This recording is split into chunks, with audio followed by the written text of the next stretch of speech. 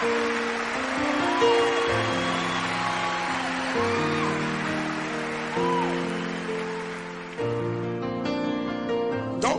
tout ce que Christ est déjà en toi.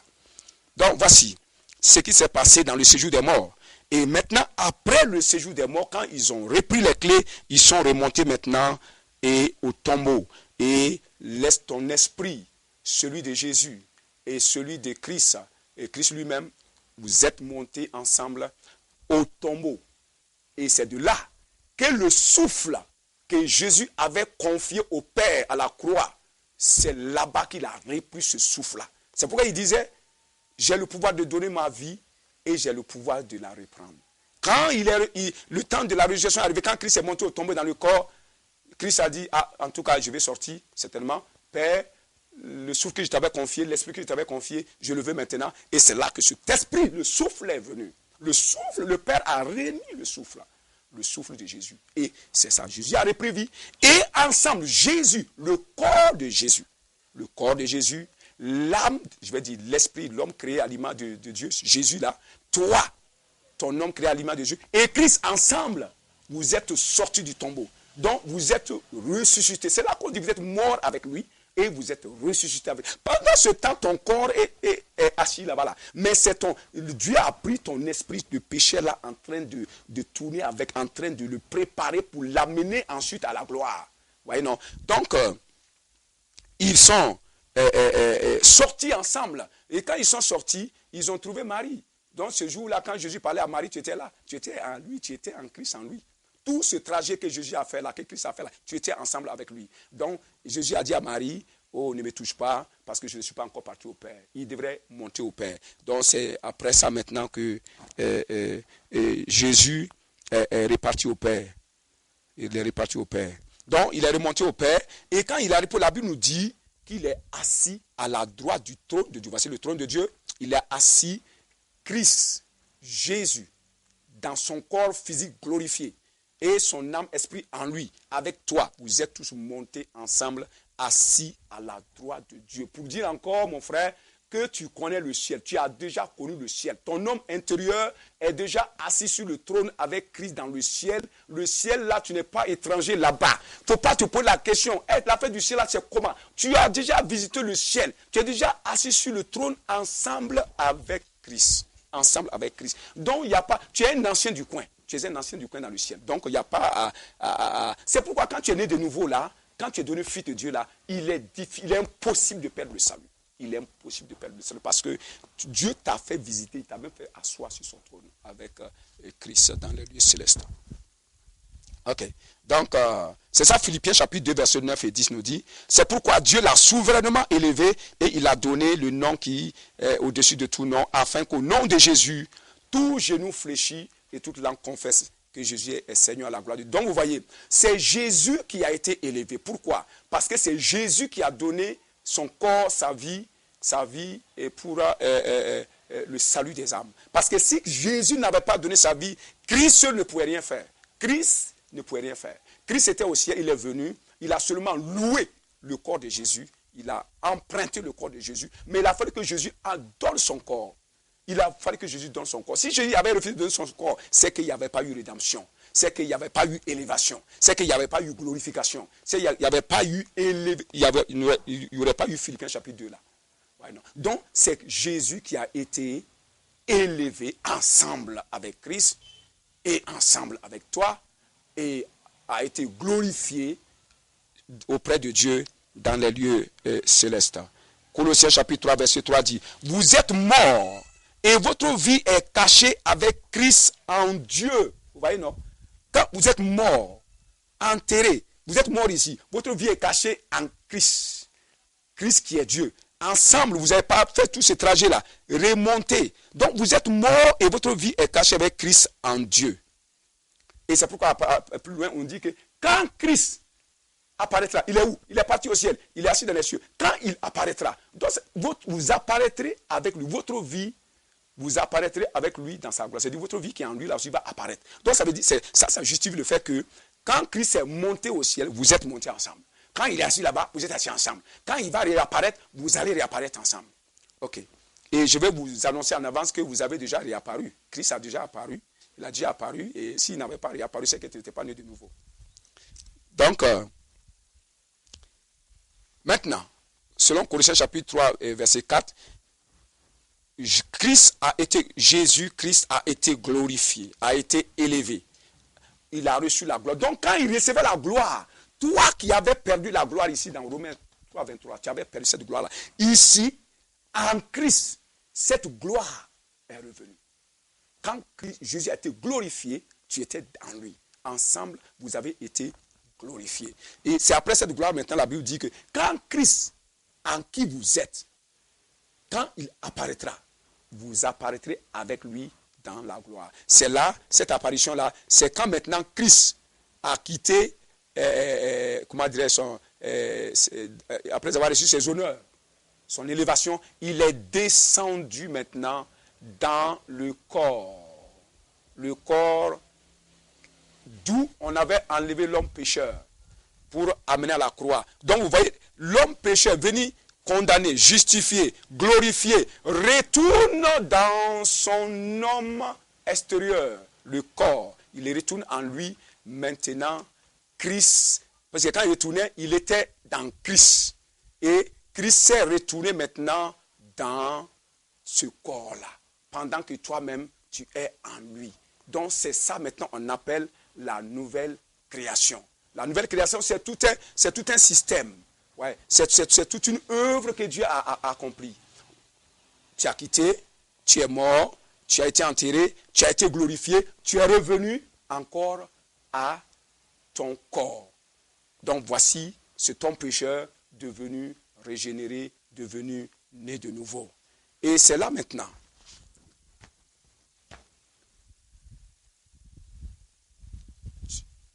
C'est là maintenant que la gloire, tu reviens encore dans la gloire que tu avais perdue.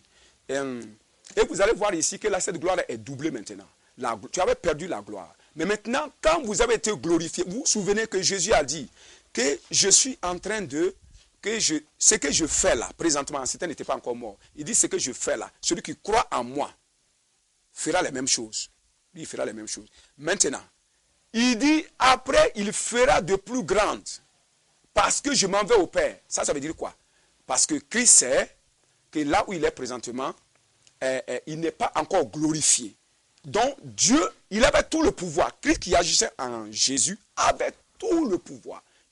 Parce qu'il est Dieu. Il ne manquait pas de pouvoir. Mais seulement Dieu ne l'avait pas permis, quand il était en Christ, quand il était en Jésus plutôt, d'opérer avec toute la puissance.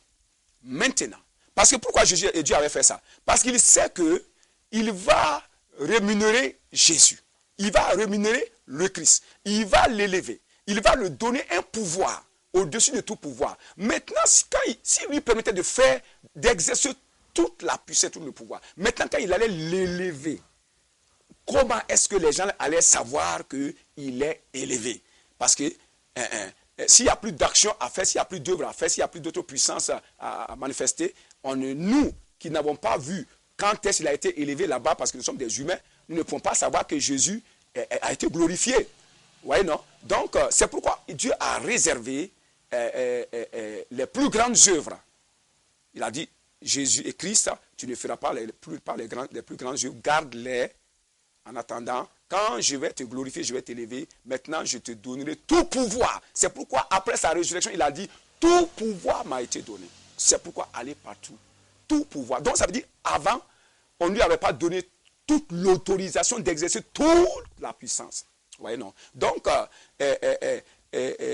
Christ glorifié, on lui a donné tout pouvoir. Et c'est ce même Christ qui a reçu tout le pouvoir qu'il ne lui était pas permis d'exercer pendant qu'il était dans le corps de Jésus. C'est lui qui est venu s'asseoir en toi. Et c'est pourquoi Christ disait en Jésus en ce temps que lorsque je serai monté au ciel, alors vous allez faire des choses que je n'ai même pas faites. Vous allez faire les mêmes choses que je n'ai pas faites. Et vous allez faire ce que j'ai fait. Merci. Vous allez faire ce que j'ai fait, mais vous ferez au-delà. Vous ferez les mêmes choses, mais au-delà des plus grandes choses. Donc, ça, c'est une bonne nouvelle de comprendre que nous avons reçu Christ, mais glorifié. Pendant qu'il était en Jésus, il avait le pouvoir. Mais présentement, le même Christ glorifié est revenu en nous. Il a tout pouvoir. Et c'est ce grand pouvoir-là qu'il est en train de vouloir exercer au travers de toi et au travers de moi. Maintenant, comment ce Christ en toi peut, cette puissance, cette grande gloire en toi que tu viens de recevoir, ce que tu avais perdu, mais tu as reçu maintenant double. Parce que la Bible nous dit que quand quelqu'un te vole quelque chose, à la fin, on te paye ça au double. Vous voyez? C'est pourquoi quand on a perdu la première gloire dans Romains 3, 23, quand ça revenait, c'est revenu au double. Nous avons reçu une gloire, mais doublée. Et nous avons cette gloire doublée, cette puissance doublée. Mais ce n'est pas nous qui avons cette puissance. Celui qui était en Jésus, c'est le même qui est en nous, avec maintenant tout son pouvoir doublé, en train de vouloir exercer ça au travers de toi et de moi. Donc, en toi se trouve toute la puissance de la résurrection. Quand on dit, Paul dit qu'il veut connaître la puissance de la résurrection, ça veut dire quoi? La puissance de Dieu est tellement infiniment grande qu'on ne peut pas la mesurer. En voulant la mesurer, la Bible dit, il parle ici de puissance de la résurrection. Parce que tu peux avoir une puissance qui va guérir quelqu'un, mais cette même puissance ne peut pas ressusciter quelqu'un.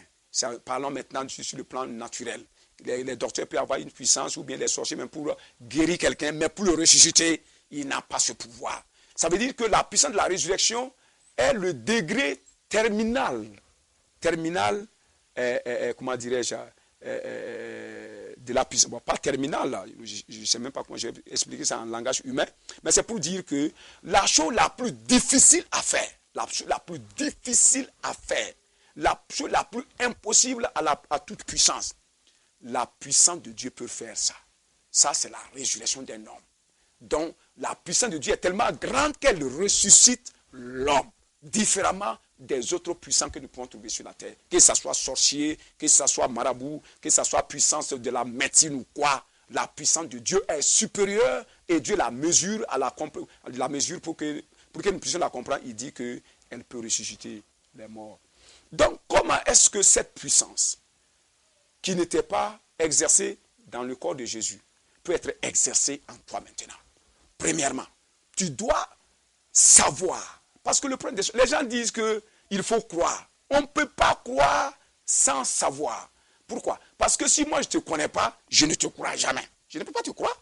C'est ce que je sais que je crois. Et maintenant, quand on dit croire en Dieu, là, on ne peut pas croire en Dieu en tout. Parce qu'il y a plusieurs domaines de la vie.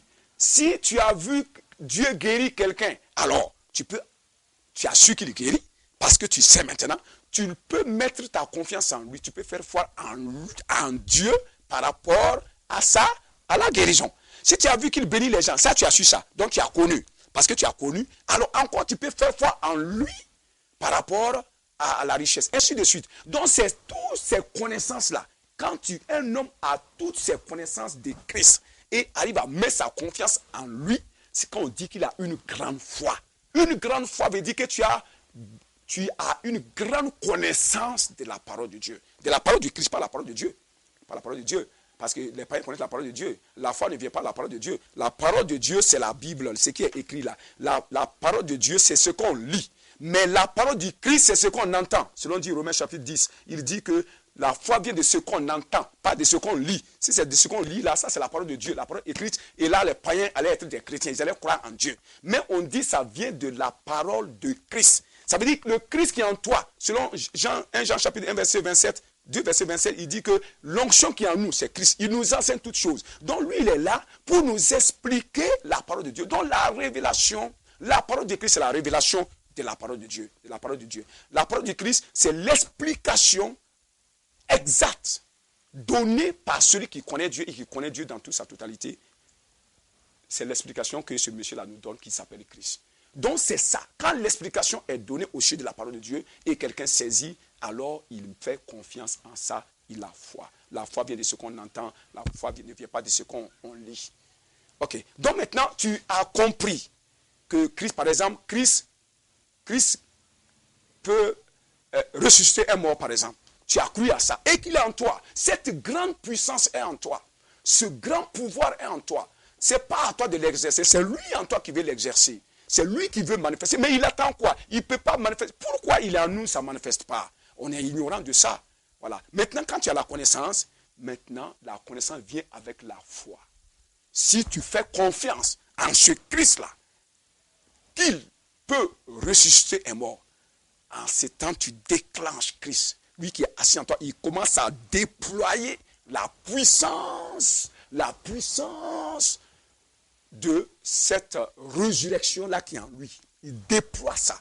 Mais il déploie, ça ne sort pas. Il déploie ça en toi. Écoutez, tout s'explique. Vous savez, quand tu ne comprends pas quelque chose, et qu'on t'explique ça, quand tu comprends, et que tu as eu foi en ça, sur place, dans ton homme intérieur, tu te vois un homme audacieux, un homme courageux. Tu es pressé et même on dirait que tu vas aller faire la chose là toi-même. Tu es pressé à aller agir. Ça, c'est le Christ qui est en toi. Parce que tu as eu foi en lui. Le Christ qui est en toi commence à manifester sa puissance en toi. Commence à manifester cette puissance. Maintenant, elle ne peut pas sortir tant que toi, tu ne parles pas. Tu dois parler. Tu dois... Une bouche fermée, ça ne marche pas. Parce que la foi parle. La foi croit et elle parle. Maintenant, tu dois parler soit par la prière, soit par la proclamation. Parce que, par exemple, ce mort-là, tu dois parler aux morts. Tu dois parler. En parlant, tu dois parler, commander aux morts de se lever. Tu dois commander aux morts de se lever au nom de Jésus-Christ. Vous voyez, non? Christ, c'est lui qui est en toi. Il a agi. Donc, Christ qui est en toi, c'est lui qui était en Jésus. Il n'a pas manifesté tout ce pouvoir. Mais c'est grâce à ce Jésus-là que Christ a été élevé dans les cieux. C'est grâce à lui parce qu'il a livré son corps.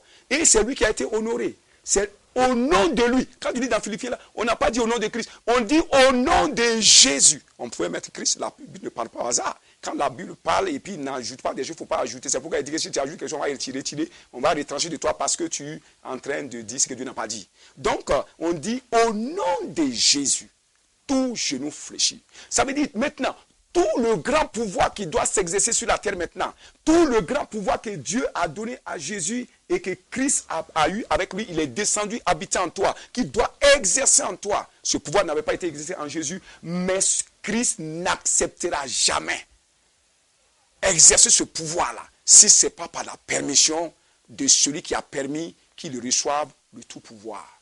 C'est pourquoi quand tu crois que Christ peut ressusciter les morts, sa puissance peut le faire, tu dois demander la permission à celui qui a reçu tout pouvoir, celui au nom de qui est assis sur le trône à la droite du Père qui est en train d'intercéder pour nous. Et c'est en son nom que la permission est donnée à Christ d'opérer ouvertement sa puissance. Sinon, il respecte Jésus. Christ même respecte Jésus. Pourquoi? Parce qu'il respecte le décret du Père. Il respecte le décret. Parce que le Père, c'est lui qui avait dit, on ne doit pas tout exercer. On doit avoir tout de pouvoir. Mais après la résurrection, il pourra exercer. Donc, les Christ, vous m'excusez. Après la résurrection, le pouvoir sera donné à Jésus. Et c'est au nom de Jésus maintenant que tout pouvoir pourrait être exercé sur la terre. Donc maintenant, c'est un décret. Si ce n'est pas par le nom de Jésus, ce n'est pas possible. Dieu a fait ce décret-là. Mais Christ respecte le décret de Dieu. C'est pourquoi quand même tu as foi, tu dois forcément faire recours au nom de Jésus. Et maintenant, le nom de Jésus te donne la permission, maintenant, ou donne la permission à Christ de maintenant libérer cette onction qui est en toi. C'est à partir de toi que Christ va sortir pour aller opérer. Et en ce temps maintenant, qu'est-ce qui se passe? Le Saint-Esprit, parce que Christ ne sort pas. Christ, il est toujours en toi, il ne sortira pas pour aller réveiller le mort. Le Saint-Esprit qui est avec toi, parce que Jésus a dit, que je reviendrai avec vous, il enverra le Saint-Esprit. Il sera en vous et il sera avec vous. En vous là, ça c'est le Christ. Avec vous là, ça c'est le Saint-Esprit. Et le Saint-Esprit, c'est le bras du Christ. Le Christ est en toi, celui qui est avec toi, l'Esprit de Dieu, c'est son bras qui peut aller opérer ailleurs. Donc maintenant, quand Christ libère sa puissance, la permission du nom de Jésus que toi-même tu prononces, alors le Saint-Esprit qui est avec toi prend maintenant cette puissance et maintenant il va directement à la cible, il va attaquer la mort maintenant dans le corps de ce monsieur-là et maintenant cette puissance de résurrection libère maintenant, chasse la mort et libère le cadavre. Voici comment est-ce que nous naissons de nouveau et comment et quelle puissance nous avons reçue par la nouvelle naissance. Une puissance extraordinaire, celle qui est Christ, mais Christ n'opère pas tant que tu n'es pas au courant de ça, tant que tu ne sais pas ce qu'il est en toi, tant que tu ne sais pas et que tu ne crois pas, ça ne bouge pas Christ. Même si tu vas mourir, tu mourras, mais Christ ne fait rien. Mais dès que tu vas reconnaître ce qu'il est là pour faire en toi, ce qu'il est sur place, il commence à se manifester. Mais ce n'est pas la fin des choses. Tu dois savoir que Christ n'agit que par autorisation de Jésus, au nom de qui tout genou fléchit, toute langue confesse, au nom de qui tout pouvoir peut être exercé sur la terre. Alors maintenant, quand tu le fais, maintenant Christ est d'accord avec toi. C'est en ce temps maintenant que la puissance est libérée et maintenant le Saint-Esprit prend cette puissance-là et il va. Je vais terminer avec une histoire de l'homme centenier qui est venu voir Jésus. Son serviteur était malade. À la maison couché dans un village, je pense.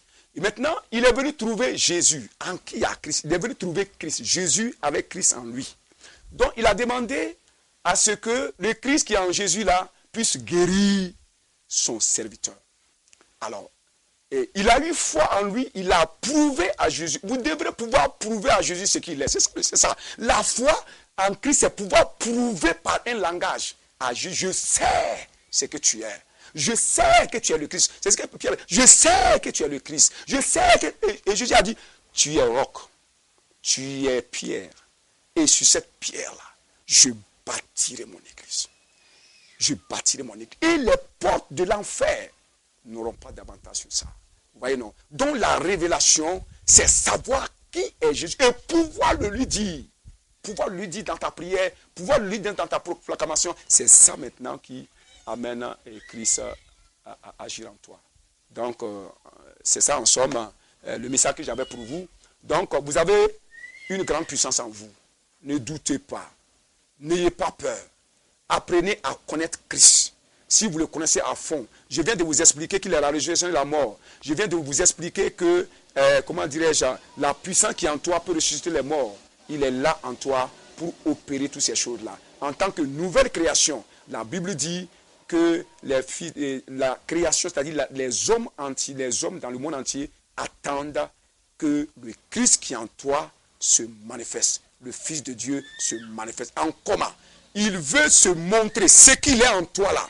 Si tu le permets, ne lui permets pas la foi, au travers de la connaissance de lui, alors il va se révéler aux hommes sa puissance, sa providence, sa guérison, sa santé, sa victoire, sa rédemption, sa sanctification. C'est ça, on dit que le Fils veut se révéler. Alors, croyez en Dieu, appliquez cette parole et vous allez voir ce que Dieu a fait dans votre vie dans le nom de Christ Jésus. Amen. Ok. C'est pourquoi, frères et sœurs, vous qui m'écoutez, je vais vous d'abord dire une chose. Pendant que vous êtes en train de m'entendre, de m'écouter, déjà quelque chose se passe en vous. La foi est en train d'être créée en vous.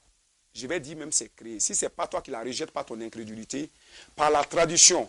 Parce qu'il ne faut pas prendre cet enseignement-là pour aller mesurer avec ce que tu as connu. Parce que ce que tu as connu ne t'a pas libéré jusqu'à présent. Ce que tu viens d'entendre là, et c'est savoir. Il ne faut pas gâter cet enseignement-là par quelque chose qui t'a fait souffrir ou bien qui t'a laissé souffrir pendant des années. Ok. Donc, cet enseignement que tu viens d'entendre, Jésus a dit, parce que vous venez d'entendre ce que j'ai dit, alors vous êtes déjà pur. Et il dit, vous connaîtrez la vérité, elle vous rendra. Je vais vous dire simplement, parce que vous avez entendu ça là, vous êtes déjà libérés. Si vous restez sur cette parole, vous ne laissez pas Satan vous tromper encore, je vous dis clairement, vous êtes déjà libérés. Mais maintenant, ce que je vais dire maintenant pour toi qui ne connais pas Jésus, je dis, cette grande puissance, ce grand pouvoir-là, ne peut être obtenu que lorsque tu es associé avec Jésus. ensemble avec Christ pour aller à la condamnation, pour dans la peau de Jésus, pour que et là où il y a eu condamnation, il y a justification. Donc maintenant, justifié, tu peux être glorifié et maintenant tu peux être appelé enfant de Dieu, fils de Dieu et pouvoir bénéficier de toutes ces grâces que nous sommes en train de vous annoncer. Parce que ta vie ne sera plus jamais la même si tu donnes ta vie à Jésus pour faire passer par tout ce triangle-là. Une fois que tu vas passer par là puis revenir là, ta vie ne sera plus jamais la même. Tu seras une personne différente. Tu seras une personne extraordinaire. Ce n'est pas le christianisme que nous avons connu depuis longtemps. Les gens sont là dans la médiocrité. Non, c'est le manque de connaissances qui a fait que les gens ne font pas confiance au christianisme. Mais je vous dis, la Bible a dit dans la fin des temps, il y aura des révélations. Il dit même le sot va connaître le chemin de Dieu. Il est dit que la terre sera remplie de la connaissance de Dieu. Parce que Christ sera là et il va commencer à nous enseigner. Voici ces enseignements qui sont en train de passer. Prends ça, convie-toi à Jésus, convertis-toi et tu vois ce qui va se passer dans ta vie. Dans le nom de Christ Jésus.